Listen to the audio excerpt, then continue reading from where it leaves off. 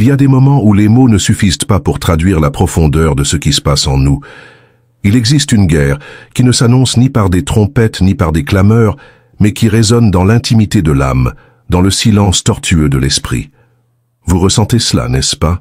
L'inquiétude, le poids inexplicable, la confusion qui paralyse.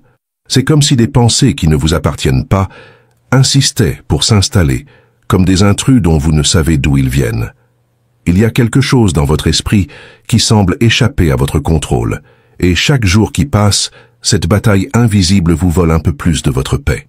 L'esprit, ce sanctuaire où devraient résider la sérénité et le discernement, se transforme souvent en un champ de mines. Pensées impures, idées déconnectées, souvenirs surgissant comme des ombres, tout semble s'organiser de manière à vous confondre, à vous affaiblir, à vous faire douter de vous-même. Peut-être avez-vous remarqué que votre capacité de concentration a diminué. Des tâches simples deviennent un fardeau, comme si votre esprit était captif de forces qui n'obéissent pas à votre volonté. L'apôtre Paul nous met en garde à ce sujet dans sa lettre aux Éphésiens. Car ce n'est pas contre la chair et le sang que nous avons à lutter, mais contre les principautés, contre les puissances, contre les dominateurs de ce monde de ténèbres, contre les esprits méchants dans les lieux célestes. Éphésiens 6:12. Ce n'est pas une lutte visible, mais ses effets sont dévastateurs. Cette oppression mentale, ces chaînes invisibles qui semblent retenir vos pensées, ne sont pas simplement le fruit d'une fatigue ou d'une négligence. Ce sont des attaques délibérées, des stratégies de l'ennemi pour vous éloigner de la vérité et détourner votre attention de ce qui compte vraiment. L'ennemi sait que l'esprit est la forteresse qui, si elle est conquise, contrôle le reste de l'être. Il opère subtilement, en insérant des pensées qui ne sont pas les vôtres, qui apparaissent subitement, comme si elles étaient des graines semées en terre étrangère. Vous vous êtes déjà demandé d'où viennent ces idées qui surgissent sans avertissement? Pourquoi même quand vous essayez de résister, elles persistent, comme si elles avaient une vie propre? Ne vous y trompez pas. Ces pensées ne sont pas inoffensives. Elles sont le reflet d'une influence maléfique qui cherche à usurper le contrôle que Dieu vous a donné. Emmenez toute pensée captive à l'obéissance du Christ. 2 Corinthiens 10:5. C'est l'appel. Mais comment emmener captive quelque chose qui semble vous échapper, quelque chose qui insiste à vous dominer? Voici le point où beaucoup trébuchent. Ce n'est pas seulement résister, c'est reconnaître l'origine de ces attaques et s'approprier l'autorité que vous avez en Christ. Dieu ne nous a jamais appelés à être prisonniers de notre propre esprit. Il nous a donné le libre arbitre, la capacité de décider ce que nous permettons d'entrer et de rester dans notre esprit. Mais l'ennemi est astucieux.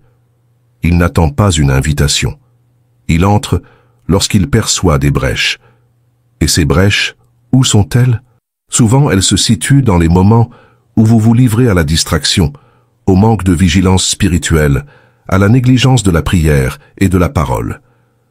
C'est lorsque vous commencez à accepter des pensées qui ne concordent pas avec la vérité de Dieu que le terrain est cédé.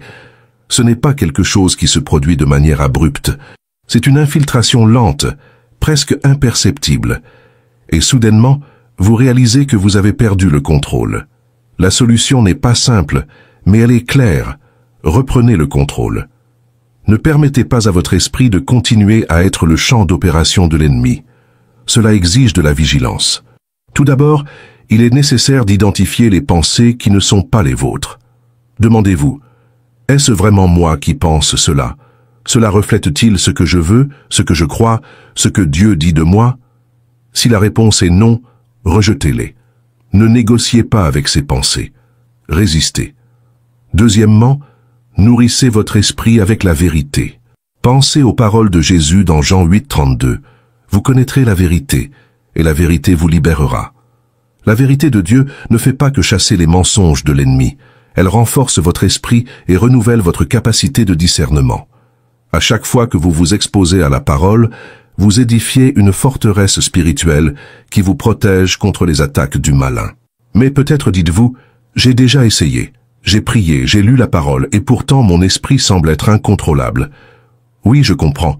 Il y a des moments où il semble que l'oppression est insupportable, que le silence de l'esprit ne sera jamais atteint. Mais écoutez, cette lutte n'est pas remportée par la force humaine. Il ne s'agit pas de ce que vous pouvez faire seul. Il s'agit de ce que Dieu peut faire en vous et à travers vous. C'est lui qui donne de la force à votre volonté. qui renforce vos faiblesses, qui restaure votre esprit. Ne sous-estimez pas le pouvoir de la prière. Pas une prière superficielle, mais une prière qui jaillit du désespoir, de la soif de liberté. Clamez à Dieu comme le psalmiste. Crée en moi un cœur pur, ô Dieu, et renouvelle un esprit bien disposé en moi. Psaume 51, 10. Confessez-lui votre faiblesse, remettez-lui chaque pensée qui vous tourmente, et surtout, faites-lui confiance. Faites-lui confiance pour qu'il garde votre esprit dans une paix parfaite, comme il l'a promis. Alors que vous faites cela, soyez prêts pour une lutte constante. L'ennemi ne renonce pas facilement. Il reviendra, essaiera à nouveau, mais chaque fois que vous résistez, chaque fois que vous vous attachez à la vérité, vous vous renforcez. Ce n'est pas un processus instantané, mais c'est un processus sûr. Dieu est avec vous dans cette bataille, et il n'a jamais perdu une guerre. Observez également les signes autour de vous. Souvent, ces attaques mentales s'intensifient lorsque vous êtes sur le point de franchir une étape importante, lorsque Dieu est sur le point de faire quelque chose de significatif dans votre vie. L'ennemi essaie de détourner votre attention, de voler votre énergie, de saper votre confiance. Ne le laissez pas vous distraire. Concentrez-vous sur ce que Dieu a pour vous. Rappelez-vous que vous n'êtes pas l'otage de votre esprit. Vous êtes un enfant de Dieu, et il vous a donné l'esprit du Christ. Chaque jour, renouvelez votre esprit.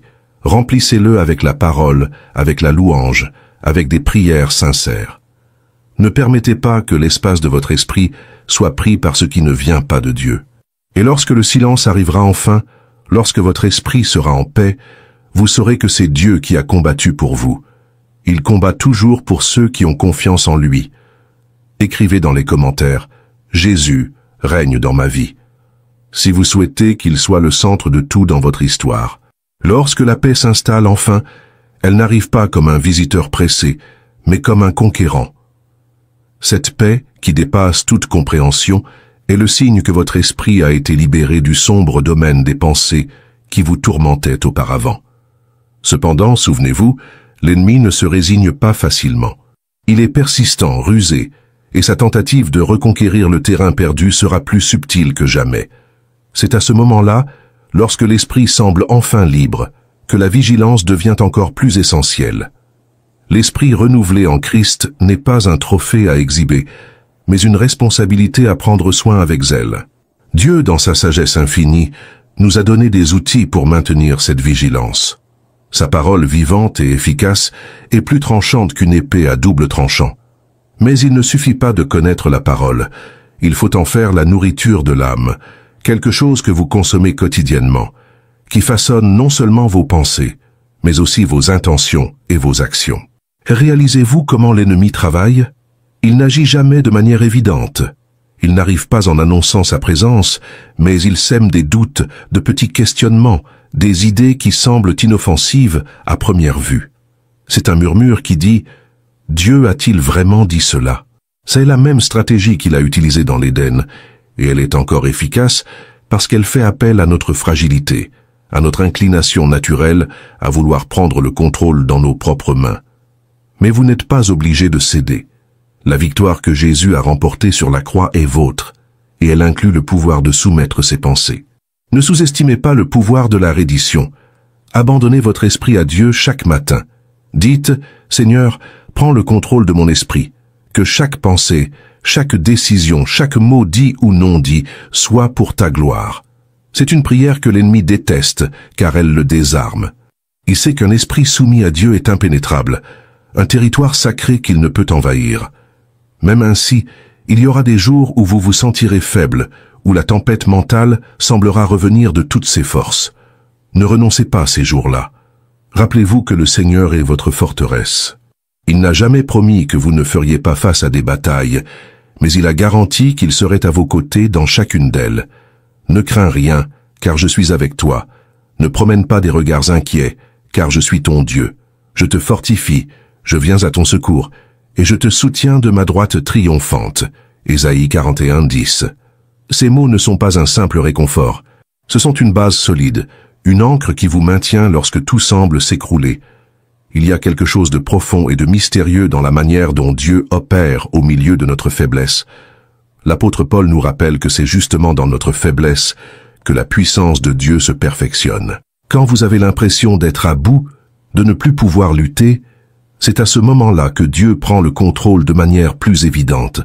Mais pour cela, il est nécessaire que vous ayez confiance. Faites confiance comme quelqu'un qui se trouve au milieu d'une mer agitée, sans voir de terre ferme, mais qui sait que le secours est en route. Ne tentez pas de lutter avec vos propres forces. Cela ne fera que vous épuiser. Abandonnez-vous simplement à celui qui a le pouvoir sur les vents et la mer. En attendant, prêtez attention aux petits signes de la présence de Dieu dans votre quotidien. Il parle dans le silence, dans les détails, dans les coïncidences qui ne sont pas des coïncidences. Souvent, nous sommes tellement consumés par nos luttes intérieures que nous oublions de regarder à l'extérieur, de nous rendre compte que Dieu est à l'œuvre même dans les choses les plus simples. Il est là quand un ami envoie un message inattendu, quand un mot dans la Bible semble sauter de la page directement dans votre cœur, quand une musique joue au moment exact où vous aviez besoin de l'entendre. Ces moments ne sont pas des hasards, ce sont des rappels que vous n'êtes pas seul. Ne laissez pas le découragement vous aveugler à ces preuves de l'amour de Dieu. Le découragement est une arme puissante de l'ennemi, une ombre qui obscurcit la lumière de l'espérance. Lorsque vous vous sentez découragé, faites exactement le contraire de ce qu'il attend. Louez. Louer Dieu en pleine tempête est un acte de rébellion contre le royaume des ténèbres. C'est déclarer que même quand tout semble perdu, vous faites confiance à la bonté et à la souveraineté de Dieu. Et il y a quelque chose de puissant dans la louange. Elle ne change pas seulement votre perspective, elle change l'atmosphère autour de vous. L'ennemi ne supporte pas la louange. Il recule devant une âme qui choisit de glorifier Dieu au lieu de succomber à la peur. Vous pouvez vous demander, mais pourquoi Dieu permet-il ces combats? Pourquoi ne me débarrasse-t-il pas simplement de tout cela une fois pour toutes? Ah, cher, si vous pouviez voir ce que Dieu construit en vous à travers ces luttes, vous comprendriez. Il n'est pas seulement intéressé par la résolution de vos problèmes, il vous façonne à l'image du Christ. Chaque bataille affrontée avec foi, chaque pensée captive, chaque acte de confiance au milieu de l'obscurité est une pierre qu'il utilise pour édifier quelque chose d'éternel en vous. Pensez alors. Pour être purifié, il doit passer par le feu. La chaleur extrême ne détruit pas l'or, elle enlève les impuretés, révélant ainsi sa véritable beauté. De la même manière, ces batailles que vous affrontez ne sont pas destinées à vous détruire, mais à vous purifier, à vous rendre plus fort, plus résistant, plus semblable à Jésus. Et l'ennemi le sait. C'est pourquoi il essaie de vous faire abandonner, car il voit ce que vous ne pouvez pas encore voir. Ce que Dieu fait en vous est quelque chose qui a une valeur éternelle. Et alors, comment continuerez-vous à marcher? Avec peur ou avec confiance? Avec doute ou avec foi? Le choix vous appartient, mais sachez que Dieu a déjà mis tout ce dont vous avez besoin à votre disposition. Il vous a donné sa parole, sa présence, sa promesse de ne jamais vous abandonner ni vous laisser. Il vous a donné l'autorité de résister à l'ennemi, de revendiquer la liberté qui est la vôtre de droit. Dans les moments où la bataille vous semble trop intense, souvenez-vous que vous ne combattez pas seul. Dieu vous a placé dans un corps, dans une famille spirituelle. Cherchez du soutien. Partagez vos luttes avec des frères et sœurs qui peuvent prier avec vous, vous encourager, vous rappeler les promesses de Dieu. Il n'y a aucune honte à demander de l'aide. Au contraire, il y a de la puissance à confesser vos faiblesses et à recevoir le soutien de ceux qui marchent à vos côtés. Enfin, ne perdez jamais de vue le fait que ce combat n'est pas la fin de l'histoire. Il y a un but plus grand dans tout cela, un but que vous pourriez ne comprendre pleinement que lorsque vous serez face à face avec Dieu. Mais jusque-là, faites confiance. Faites confiance qu'il travaille toutes choses pour votre bien, même celles que vous ne comprenez pas maintenant. Faites confiance qu'il est fidèle pour compléter l'œuvre qu'il a commencée en vous. Et lorsque la paix viendra, non pas comme une brève trêve, mais comme une certitude qui remplit votre âme, vous saurez que cela en valait la peine. Vous saurez qu'au milieu de tous les combats, Dieu était avec vous, vous façonnant, vous aimant. Et cette paix sera un témoignage pour les autres qui se trouvent encore au milieu de la bataille, un phare qui les dirige vers le même Dieu qui vous a libérés. Alors, persévérez. Ne regardez pas en arrière, ni sur les côtés. Fixez vos yeux sur Jésus, l'auteur et le consommateur de votre foi. Il est votre force, votre espoir, votre victoire. Écrivez dans les commentaires. Le Saint-Esprit me guide. Si vous croyez qu'il oriente vos pas, Fixer les yeux sur Jésus est plus qu'une instruction, c'est une nécessité vitale. Ce n'est pas un acte passif, mais une décision active et intentionnelle de diriger tout votre être vers lui, même lorsque le monde autour de vous tente de capter votre attention. Imaginez l'intensité de cet acte. À chaque pensée qui surgit pour détourner votre attention, vous la rejetez et ramenez votre regard vers le Christ. Il n'y a pas de neutralité dans ce combat. Chaque pensée que vous ne captivez pas dans l'obéissance au Christ est un territoire que vous permettez à l'ennemi d'explorer. Chaque seconde où vous hésitez est une chance pour lui de s'infiltrer plus profondément. Mais regarder Jésus ne signifie pas seulement le voir comme un exemple distant ou inaccessible. Cela signifie le voir comme celui qui marche avec vous, qui comprend vos faiblesses, qui connaît le poids de la bataille et qui, malgré tout, offre du repos. Il n'est pas seulement un modèle de perfection, il est la source de force. Lorsque vous le regardez, quelque chose change en vous. Sa lumière éclaire le chaos de votre esprit, dissipant les ombres qui semblaient autrefois si grandes et menaçantes. Et pourtant, vous pouvez vous demander pourquoi regarder le Christ n'est pas une chose naturelle, pourquoi cela exige un effort, pourquoi l'esprit insiste pour se détourner. La raison est simple, il y a une résistance spirituelle constante. L'ennemi sait qu'une fois que vous fixez vos yeux sur Jésus, il perd son pouvoir. Il est impossible de regarder le Christ et en même temps d'être dominé par le désespoir. Il est impossible de contempler la gloire de Dieu et d'être emprisonné par la peur. L'ennemi le sait, et c'est pourquoi il travaille sans relâche pour vous distraire, pour surcharger votre esprit de préoccupation, pour vous faire croire que vos luttes sont plus grandes que le pouvoir de Dieu. Mais écoutez attentivement, c'est un mensonge. Toutes les batailles que vous affrontez, toute oppression mentale, toute confusion qui tente de dévorer votre paix, tout cela est petit devant qui Jésus est. Il est le roi des rois, le Seigneur des seigneurs. Son pouvoir n'est pas limité, sa grâce n'est pas insuffisante, sa présence n'est pas distante. Et même si vous avez l'impression d'être seul, il est là au milieu de la tempête, attendant que vous l'appeliez. Parfois, le plus grand défi n'est pas de croire qu'il peut aider, mais de permettre qu'il agisse. Il y a quelque chose en nous qui résiste à la reddition totale, comme si nous avions peur de perdre le contrôle. Mais voyez, vous n'avez jamais eu le contrôle. Ce que vous avez, c'est un choix. Continuer à lutter avec vos propres forces ou vous rendre à celui qui peut apporter la véritable victoire. Et la reddition n'est pas un signe de faiblesse. C'est un acte de courage. C'est dire, « Seigneur, je ne peux pas, mais toi, tu peux. Prends mon esprit, prends mon cœur, prends tout mon être. » Cette reddition est là où commence la liberté. Lorsque vous remettez à Dieu ce qui est au-delà de votre portée, il fait ce que vous ne pouvez pas faire. Il commence à travailler non seulement en surface, mais dans les profondeurs de votre être. Il ne se contente pas de faire taire les pensées troublantes. Il transforme votre esprit en le renouvelant jour après jour. Et cette transformation n'est pas quelque chose qui arrive d'un coup. C'est un processus, un voyage. Et chaque pas est un témoignage de la fidélité de Dieu. Au cours de ce processus, il est crucial de se rappeler que Dieu travaille en vous, non seulement pour votre bien, mais aussi pour le bien de ceux qui vous entourent. Votre esprit renouvelé devient un témoignage vivant, une preuve que le pouvoir de Dieu n'est pas théorique, mais réel et accessible. Lorsque les autres verront la paix qui habite maintenant en vous, ils seront attirés par la même source de vie. Et cela, mon ami, est quelque chose que l'ennemi craint profondément. Il sait que votre victoire n'est pas seulement la vôtre. Elle est un phare qui éclaire le chemin pour les autres. C'est pourquoi il va essayer à nouveau. Il va utiliser vos faiblesses, vos doutes, vos peurs. Il va essayer de vous convaincre que la bataille n'est pas encore terminée, que la victoire que vous avez expérimentée était temporaire. Mais sachez ceci, le pouvoir de Dieu est éternel. Ce qu'il a commencé, il l'achèvera. Peu importe combien de fois l'ennemi essaiera, il ne sera jamais plus grand que celui qui est en vous. Celui qui est en vous est plus grand que celui qui est dans le monde. 1 Jean 4,4.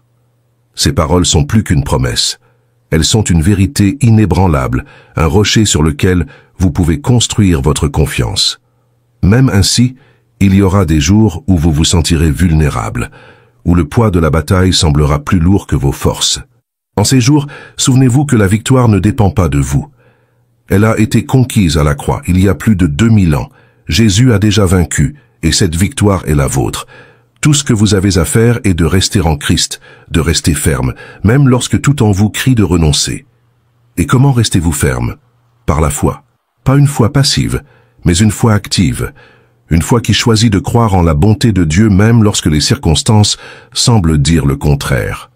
Une foi qui se nourrit de la parole, qui trouve sa force dans la prière, qui refuse de se laisser ébranler par les mensonges de l'ennemi. Cette foi n'est pas quelque chose que vous créez par vous-même.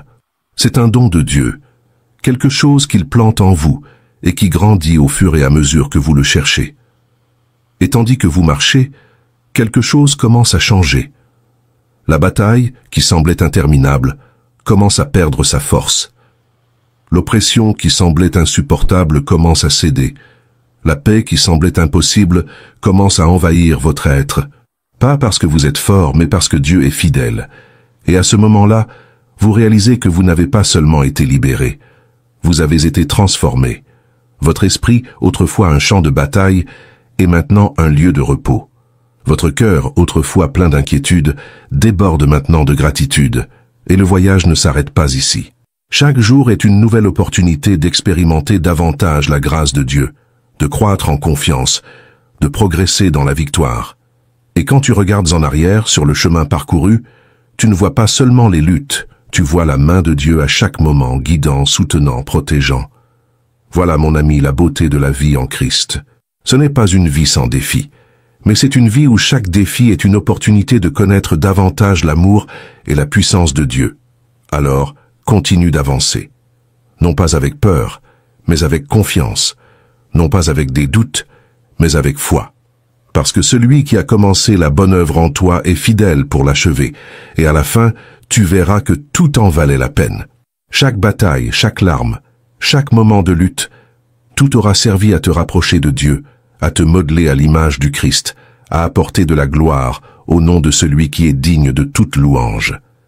Écris dans les commentaires, Dieu est la source de toute joie, si tu crois qu'en lui réside la raison de ton sourire, qu'en regardant en arrière, quand les jours de lutte sembleront enfin lointains, tu réaliseras que tu n'as jamais été abandonné.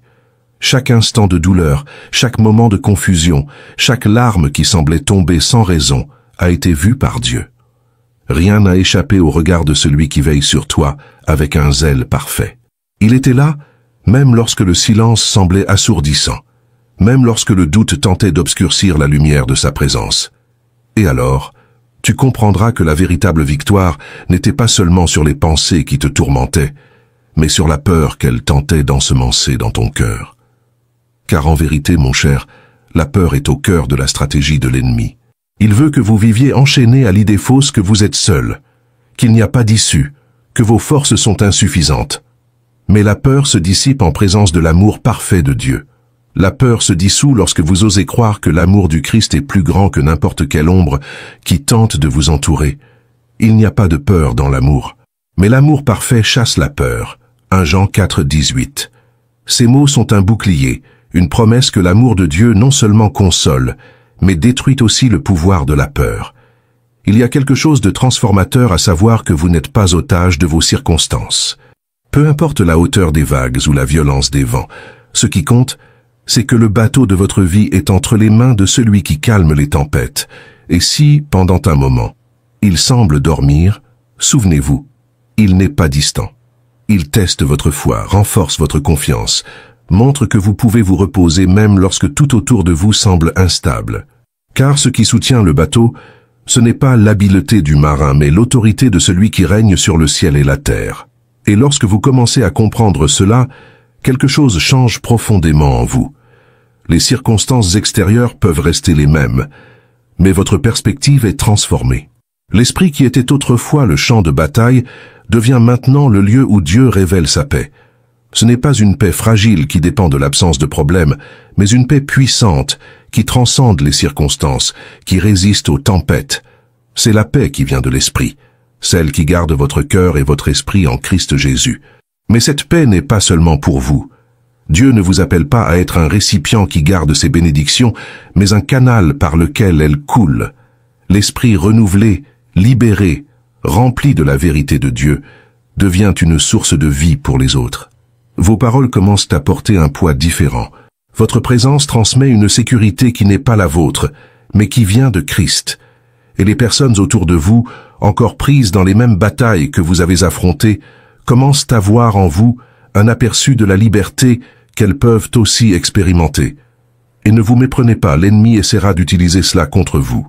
Il essaiera de murmurer que vous n'êtes pas digne, qu'il y a encore des domaines dans votre vie qui doivent être corrigés, que vous n'avez rien à offrir. Il essaiera de pointer du doigt vos échecs, vos erreurs, vos chutes, mais voici la vérité qui détruit tous ces mensonges. Dieu n'a jamais appelé les parfaits, mais les brisés. Il n'a jamais exigé que vous soyez complet pour vous utiliser, mais seulement que vous soyez disposé. Et ce que vous offrez, bien que imparfait, dans ses mains, devient quelque chose d'extraordinaire. Et puis, vous réalisez que tout cela, la lutte, la victoire, la transformation, ne concernait pas seulement vous. Cela concernait quelque chose de beaucoup plus grand. C'était à propos du plan de Dieu pour racheter non seulement votre vie, mais à travers elle, toucher d'autres vies. C'était à propos de faire de vous un instrument, un témoignage vivant, que la grâce de Dieu est suffisante, que sa puissance est perfectionnée dans la faiblesse, qu'il est capable de faire infiniment plus que ce que nous demandons ou pensons. Et quand arrivera la fin du voyage, quand vos luttes ne seront que des souvenirs lointains, quand vous serez devant le trône de Dieu, vous verrez clairement ce qui aujourd'hui ne peut être vu que par la foi. Vous verrez comment chaque bataille a été utilisée pour vous façonner, comment chaque larme a été recueillie, comment chaque prière a été entendue.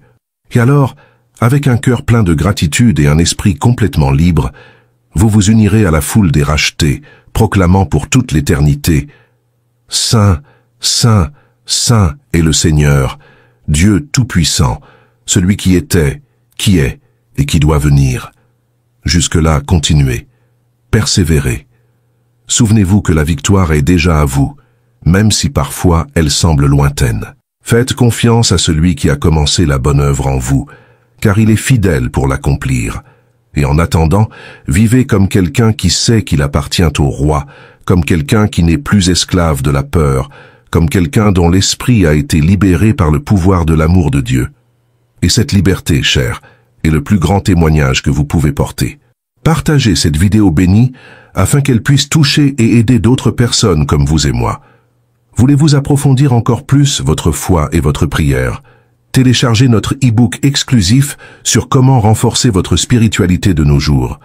Le lien est dans les commentaires ci-dessous. N'oubliez pas de cliquer sur le bouton s'abonner si ce n'est pas encore fait. Merci beaucoup du fond de mon cœur de faire partie de notre communauté de foi. Si vous souhaitez soutenir un peu plus notre chaîne, envisagez de devenir membre de notre chaîne. Je laisse ici 2 autres vidéos pour que vous puissiez continuer votre voyage spirituel et votre croissance dans la foi. Merci, et que Dieu bénisse tout le monde. À bientôt.